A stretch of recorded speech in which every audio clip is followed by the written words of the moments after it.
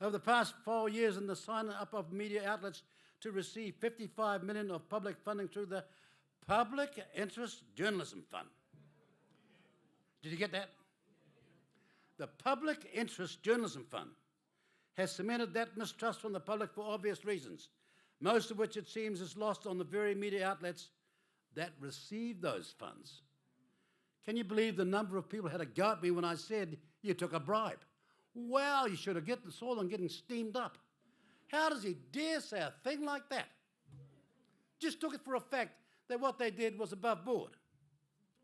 It's a plain fact that in order for media organisations to be eligible for funding, they had to sign up to certain criteria and conditions. Is that true, gentlemen and ladies down there? Yes, it is. Including reciting certain narratives of the Labor government at the time. Jacinda Ardern herself said, when addressing the issue of alternative or dissenting views about COVID-19, she said this in quotes, "We had to act, so we made it a priority to establish a public interest journalism fund to help our media continue to produce stories that keep New Zealanders informed," end of quotes. Or in short, funding media to promote a government narrative, the, quote, single source of truth. And before some smart Alex says, "But you were there," the answer is, "Oh, no, I wasn't. When they came to us, we said, you must be joking. We'll be accused by everybody else of giving a bribe." But they went around the ownership and said, "That guy's stopping us helping you." Didn't they, gentlemen at the back? And ladies? Come on, tell everybody here today.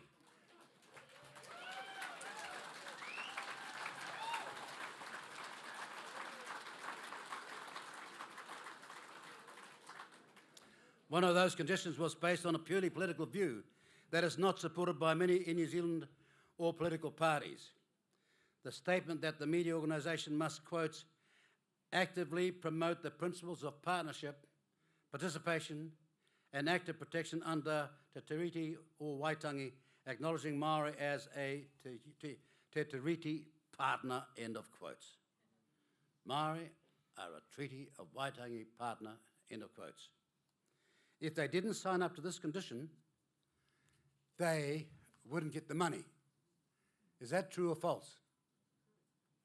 The deafening silence down the back tells me it's true. If they didn't sign up to this condition, they didn't get the money. How can a politically neutral and independent media organisation give balanced political commentary, analysis, and in particular opinions, when this was the basis of the funds they received for their very survival? This was the sinister seed that provided the platform for inevitable political bias. And frankly, if I was a media person, I'd despise the very people that did that. I despise the patronage. I despise the fact that many women will go back in history and think that way they despised the kind of chauvinism was part of society. And the reason why so many Maori back then used to despise a certain approach which said, look, if without us, you can't get anywhere. If I was a media person, I'd have despised it then. But I despise it now, and I'm not a media person, but I'm bringing it to your attention as to what happened. It created a media environment where certain left-wing political narratives and agendas seeped into much of what the media presented to the public, where any opposing views were shut down, cancelled, and labelled as far-right or fringe. I was being interviewed by RNZ in the campaign last year, and how's this for neutrality? When this interviewer says about our candidates, where do you get these people? How do you like that?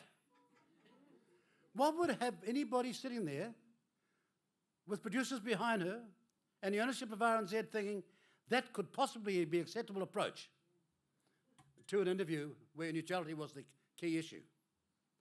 Well, she found out in the end where we got them from, and we're on the rise and they're on the dive. Right?